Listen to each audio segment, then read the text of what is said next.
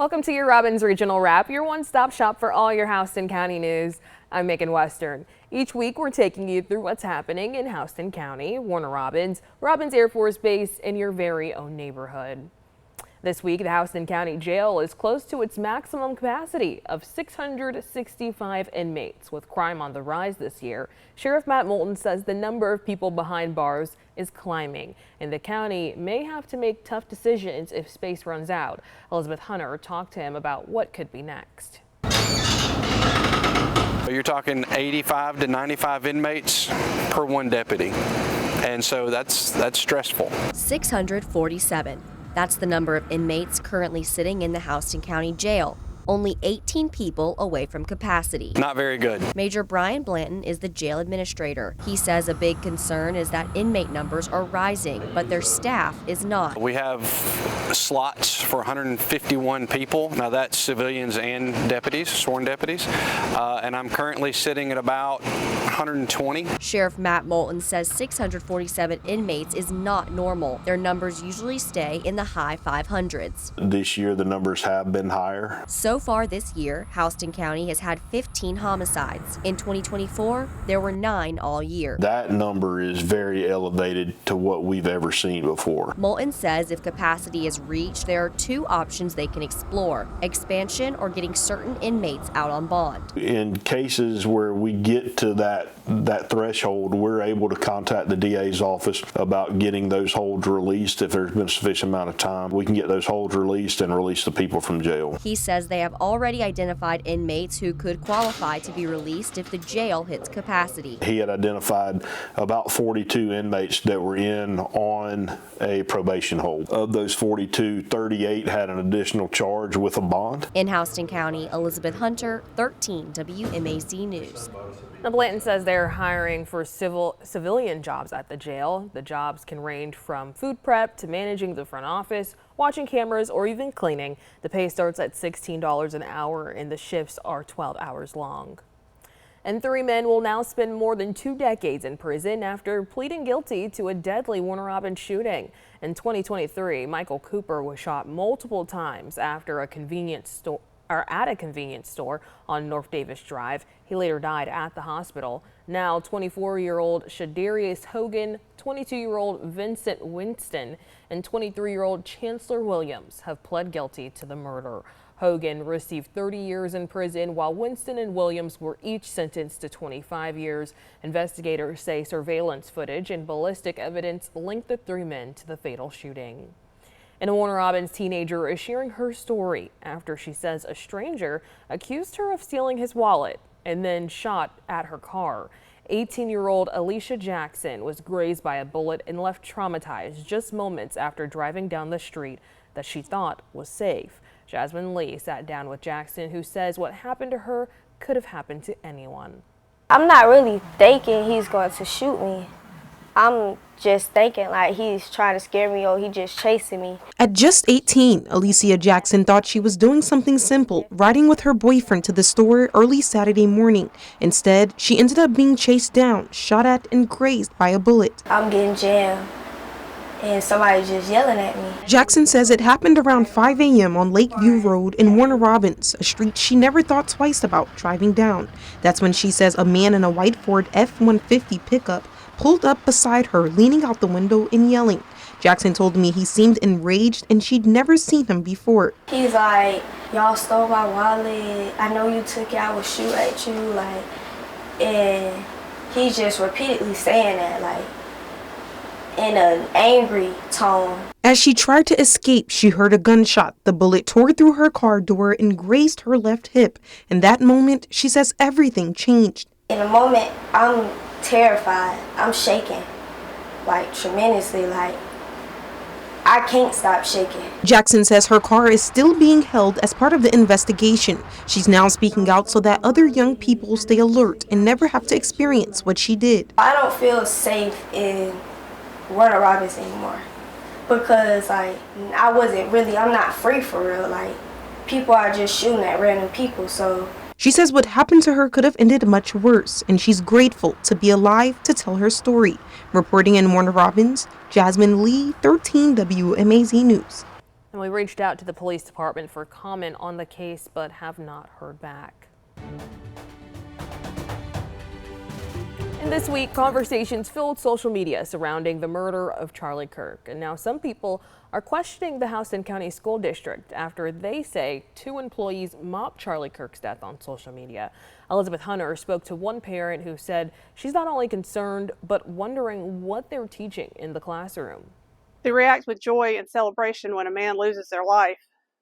How are they treating students who have a difference of opinion? Joanna Thomas has lived in Warner Robins for 16 years. She says she has never seen such a lack of compassion from people. I was pretty sad to see something like that happen in where I'm from. She says that lack of empathy from people who work around kids is concerning. If individuals are comfortable enough saying this on their social media where anyone can see it, and they work for the school system, what are they saying in their classrooms? The Houston County School District has a 5-page social media policy. One section says that posts should not impair an employee's ability to maintain the respect of parents or to serve as a role model for children. And when we have people that we trust to teach our children those values are making such blatant, hateful comments disrespecting human life, it kind of calls into question whether or not they can be trusted around our kids. Thomas says this is an example of how dangerous social media is. It just goes to show you that people think they can say whatever they want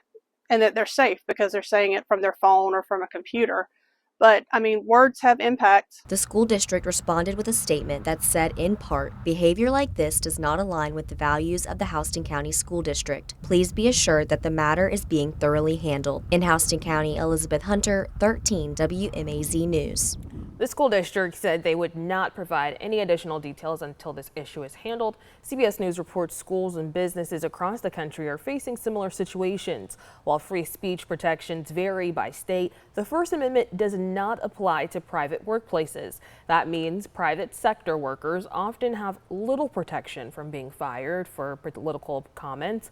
However, teachers are public employees and work for the government. Some argue this means they have more First Amendment protections.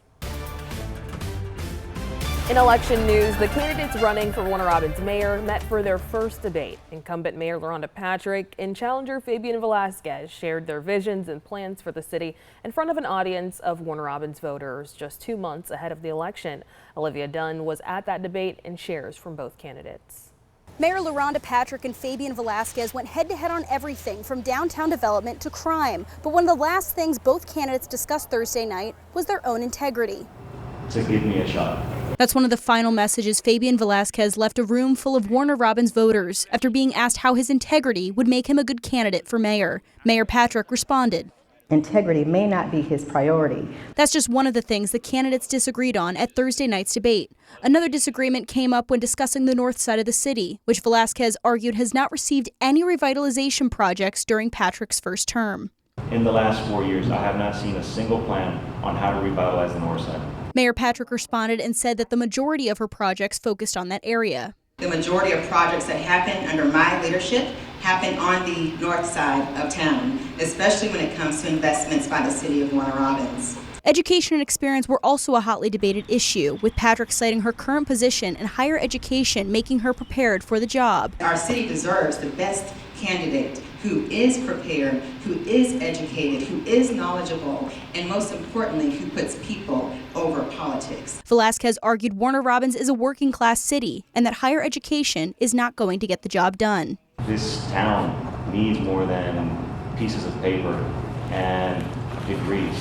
It needs someone that has a plan. And the mayoral election is scheduled for November 4th. Reporting in Warner Robins, Olivia Dunn, 13 WMAZ News. 3 city council seats are also up for re-election in Warner Robins this November. The Warner Robins mayoral race is just one of several big races for mayor we're watching in central Georgia. 3 people are running against Mayor Jeff Lundy in Fort Valley, Andrew Kim, Shakina Reeves, and Anthony Clark. Lundy just completed his first term. And in Perry, incumbent Randall Walker will face challenger Christopher Smith. Mayor Walker has led the city since 2019. Now, many Georgians are getting sticker shock, especially at the grocery store. Beef prices are skyrocketing. USDA data shows the average cost of a pound of ground beef jumped 14% in the past year. Now, the price hike is affecting restaurants and what you pay for your meals. Madison Rick spoke to one Fort Valley restaurant owner who's introducing a new surcharge. You have a hot dog and some chili, you can easily just make a scrambled dog. Like any business person, Jeffrey Hall says running a restaurant has its challenges. Well, running a restaurant and any other business for that matter has its own challenges. You know, it's more than, you know, just the fluctuation of food. He's owned the Railroad Cafe for 10 years. Hall says beef prices aren't what they used to be. So it's went up almost double. I mean, since we've started, and I mean that's 10 years ago. I remember it being less than $3 a pound for ground chuck when we started out, and you know now in certain markets it's over $10 a pound. When you take a look at their menu, some items may be more expensive, like their burgers, and that's because of rising beef prices. When customers sit down to order a burger, they'll now pay $2 more. And once I got word that, you know, it wasn't going to make any changes, you know, I was like, well, we've got to make some changes. And so, you know, I just increased, you know, the prices. I put just kind of like a Band-Aid on a busted water pipe. For now, I went up on, you know, every burger $2. Hall says he tried for a long time to keep prices low, but rising costs forced his hand. But he says he's thinking of ways to get his prices back down for his customers. I think that'll be one way that I can approach it moving forward. If the prices stay high, that way it gives people a choice up front, you know, of like, okay, you want a 5 ounce, 7 ounce, or 5 ounce, 6 ounce, or 7 ounce, or whatever, you know, the choices may end up being. Reporting in Fort Valley, Madison Ricks, 13 WMAZ News. Hall says if beef prices do not go down by January, they'll include the surcharge in next year's new menu prices. And Centerville is facing a decision on its 2026 millage rate as city leaders propose a change that could affect homeowners and businesses. Elizabeth Hunter talked to Centerville's mayor about what the proposed rate could mean for you. It's that time of year. The millage rate? Each city has to make the decision each year on what to do with their millage rate. This year, Centerville We decided to set the millage rate about $0.5 lower than it was. Mayor J. Michael Evans says in 2025, the millage rate was 9.5 mils. For 2026, the city has decided to take it down to 8.9 mils. We'll bring in about $170,000 more revenue than last year. So we have to advertise a tax increase. Centerville did not accept the rollback rate of about 8.4 mils. This means if your house got assessed for more this year, you might have to pay more in property taxes. My tax assessment went up by $3,000. And so that would affect the amount of taxes that I pay on my house. And so that's why we have to advertise a tax increase. Evans says the city could not accept the rollback rate this year because they needed the extra $170,000 in revenue to pay for more police officers, firefighters, and public works staff. Joe Moreau Sr. has lived in Centerville for 7 years. He says he will pay whatever he needs to keep Centerville a great place to live. I mean, I live here, you know. If they're doing some good stuff with the taxes I'm paying, that's fine. I have no problem with taxes whatsoever. Centerville held 2 public hearings Tuesday about the proposed rate. Evans says no one showed up, so he feels like they made the right decision. I think the citizens in Centerville are pretty pleased with how their government is handling our financial position. In Centerville, Elizabeth Hunter, 13 WMAZ News. The last public hearing will be held on October 21st. It's happening at 6 p.m. at Centerville City Hall. They plan to vote on that rate after the hearing. And this week, Warner Robins City Council unanimously approved a safety upgrade for one of the city's busiest railroad crossings. The project targets Alberta Road crossing on State Route 247, where trains and traffic often meet at a dangerous point. Jasmine Lee explains what changes are coming and who's footing the bill. If you've ever driven on Alberta Road, you know the traffic and close calls at this crossing.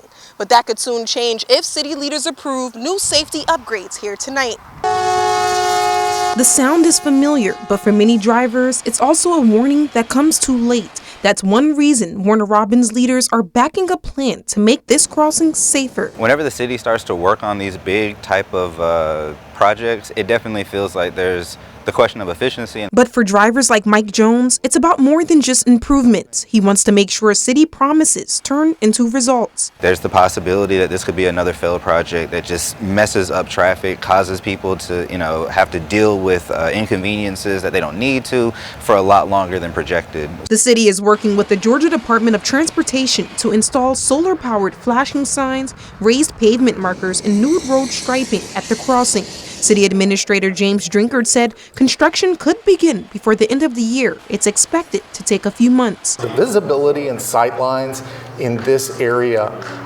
lend themselves to a higher risk level, and that is what this project is trying to address. So this is a very good, positive thing for the city, for our residents and motoring public. Despite his concerns, Jones says he supports the push to improve the crossing. I'm cautiously optimistic that we're going to do the right thing. City leaders say they expect GDOT to begin work immediately, aiming to make the crossing safer for everyone as soon as possible.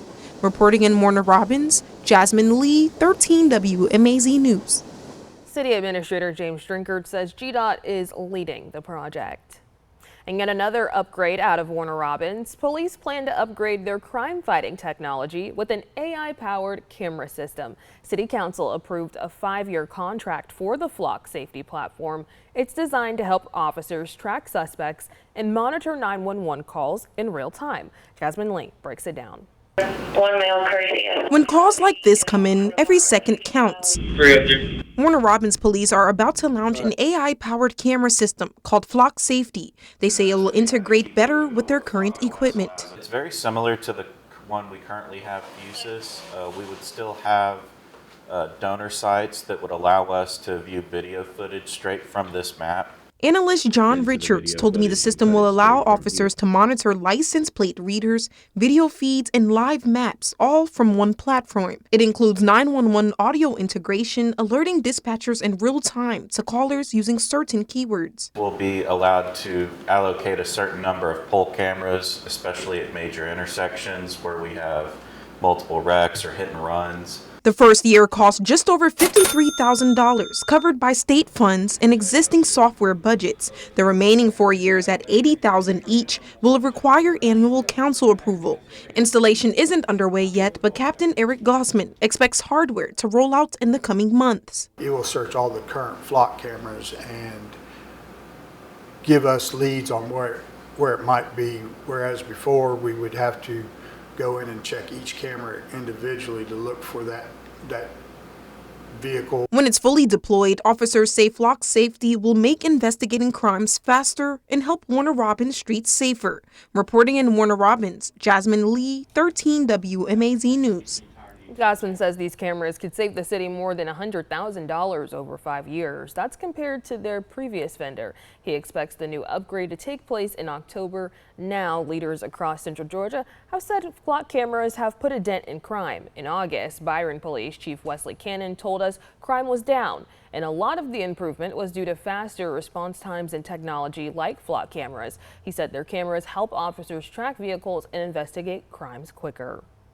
And Houston County officials want to upgrade the quality of life for folks who live in the northern part of the county with a new nature park. Leaders hosted a town hall to discuss plans for the new Echecony Creek Park. The original proposal includes a better parking lot, a boardwalk with wildlife viewing and fishing areas, a canoe and kayak launch, picnic benches, and walking trails, so lots of plans there.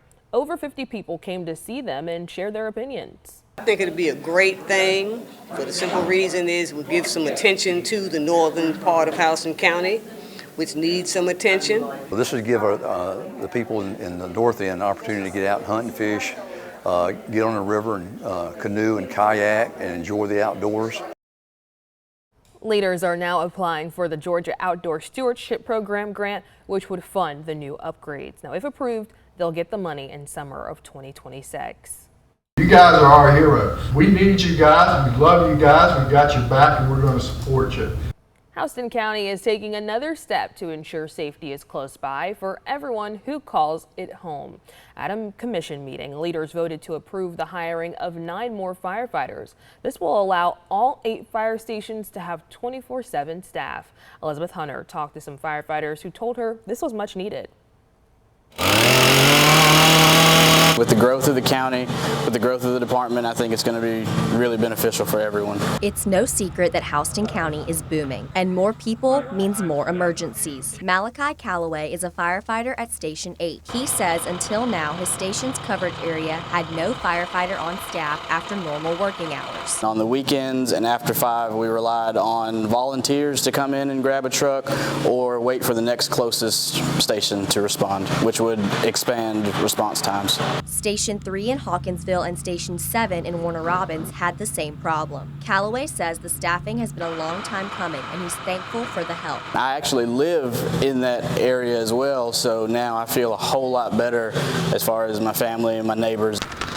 Captain Calloway Burton coordinates staffing of all 8 stations. He says each year the number of calls they get increases because of more people moving to the county. Having those people there at the stations 24/7, I believe now it's a necessity to be able to provide coverage for those outlying areas that are now growing. In 2022, Houston County 911 received around 4,900 calls that needed fire department response. By 2024, that jumped to around 5,300. Houston County Commissioner Gail Robinson says the commission recognized this need, and so did the community. We held a couple public hearings back in May to get public feedback. The response was good. In August, the commission voted to increase the fire millage rate 0.6 mils. This increase will help pay for the 9 firefighters. Commissioner Robinson says once they're hired, there will be 45 full-time firefighters.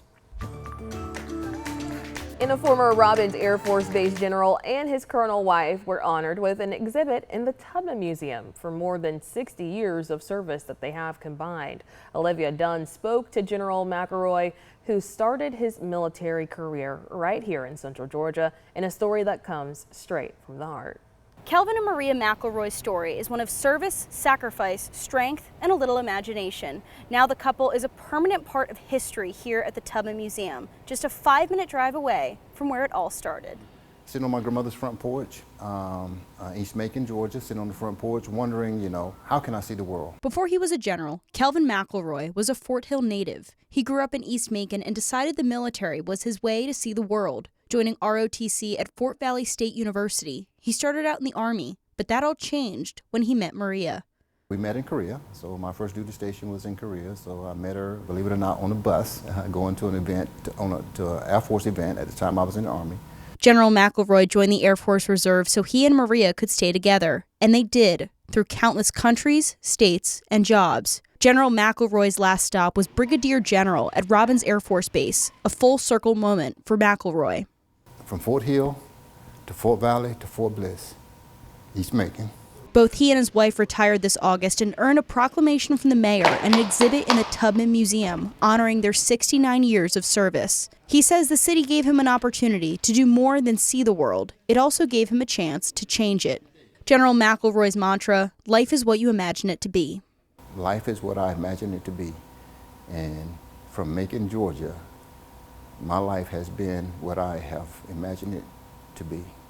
The McElroy's exhibit is open for the public to see at the Tubman Museum during regular visiting hours. Reporting in Macon, Olivia Dunn, 13 WMAZ News.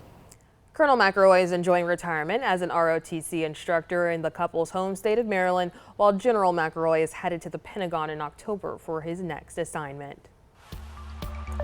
In efforts to fight addiction took center stage in Warner Robins. I Hope and Georgia Recovers brought their recovery bus tour to the Middle Flint campus. The free event featured food, music, and speakers as part of National Recovery Month. Hundreds of people stopped by to enjoy the fun and to learn about addiction. Addiction is deadly, but recovery is real. And if people get past the stigma of seeking help, of reaching out for support, you'll find that there's over 900,000 Georgians in recovery. Now, as you heard, these organizers say the goal is to break the stigma around people seeking help. And Perry State Patrol Post wants to meet you, and not on the side of the road. They're holding their very first Fall Festival. Ellie Milliken explains why they're inviting both drivers and their kids. When you see that blue flash, most people think a ticket is coming. But the Georgia State Patrol wants to change how you react. It's not about, I'm gonna get you. That's not what it's about. I'm literally out in the street, on the interstate, in front of the schools, I'm out there to protect people. Rachel Iverson is a state trooper. She and her post secretary, Maria Carrasco, wanted to do community outreach and change the narrative of law enforcement as the enemy. She says that's how they came up with the Fall Festival. Get the kids to grow up with this sense that the police are safe. Between social media, it's hard to get that kind of reputation. So if we can teach them that we are human beings in this uniform. She says you can meet with officers, dunk a trooper, play games, and try out their simulators. Sergeant Derek Lumsden says he's excited. We're not this scary person in a uniform, that they can come up to us and talk to us if they need help. He's been with the State Patrol for 25 years. He and his team also hope more people will join them, like Alfred McCoy, a trooper for 2 years. Give us an opportunity to do meet and greets. Never know, we might have somebody that wants to do this line of work. Families can come out and enjoy a free event that will also feature officers from Warner Robins, Centerville, Perry, and Houston County. Iverson hopes to make it an annual festival. In Perry, Ellie Milliken, 13 WMAZ News. That event is happening Saturday, September 20th at 10 in the morning. It's free. You do have to pay for the food at the food trucks. Post 15 is over at 450 Larry Walker Parkway near the Georgia National Fairgrounds. Alrighty, before we let you go, let's get a look at some of the other events happening throughout the Robbins region. You can try special menu items at 20 restaurants across Warner Robins for Burger Week. It's underway right now. Props is hoping to reclaim their winning title. You can try all of the burgers for just $10 until September 28th. And fall is here, and it's time to start picking pumpkins. Saturday, September 20th, you can pick yours at Arena Acres Farm in Perry. They have pumpkins of all different sizes, colors, and varieties. Gates open from 9 a.m. until 2 p.m. Find them over at 2229 Kings Chapel Road. That's a wrap on what's happening throughout the Robbins region this week. If you have a Houston County story that you want to share with us, email us at news@13wmaz.com. Make sure you keep coming back each and every week to get all the Houston County news and the stories that matter to you. Thanks for joining us.